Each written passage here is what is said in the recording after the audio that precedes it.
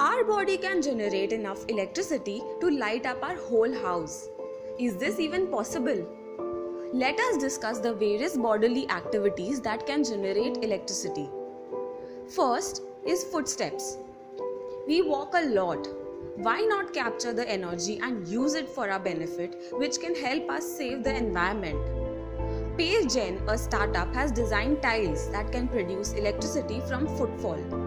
One step on the tile can produce 1 to 7 watts of power. Second is body heat. Researchers have developed a fabric called PowerFelt, which can conduct electricity and provide thermal insulation. Although it has many uses, but the primary motive behind it was to generate enough electricity to charge mobile phones. Gym equipments.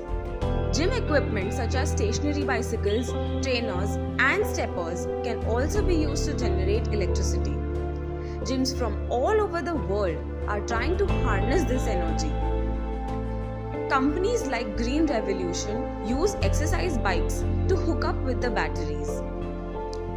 Others like Human Dynamo built a custom stationary bike which pedals can turn a flywheel tied to a generator. Fourth is body sweat.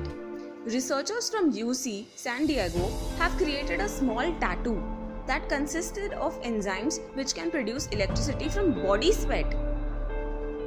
Fifth is thermoelectric generation. Thermoelectric generation works because of the difference in the temperature of our body and the air, but the generator can only produce electricity in microwatts. Next is blood flow.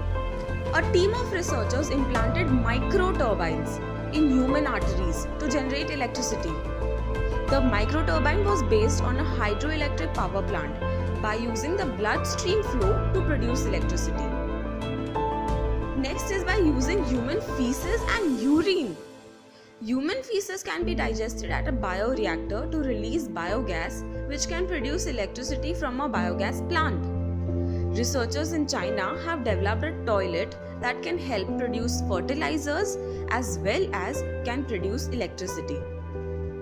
After all the technological development, future still seems far off, as most of the methods are either cost ineffective or incapable of generating large amounts of electricity. What do you think of these methods? Do let us know in the comment section.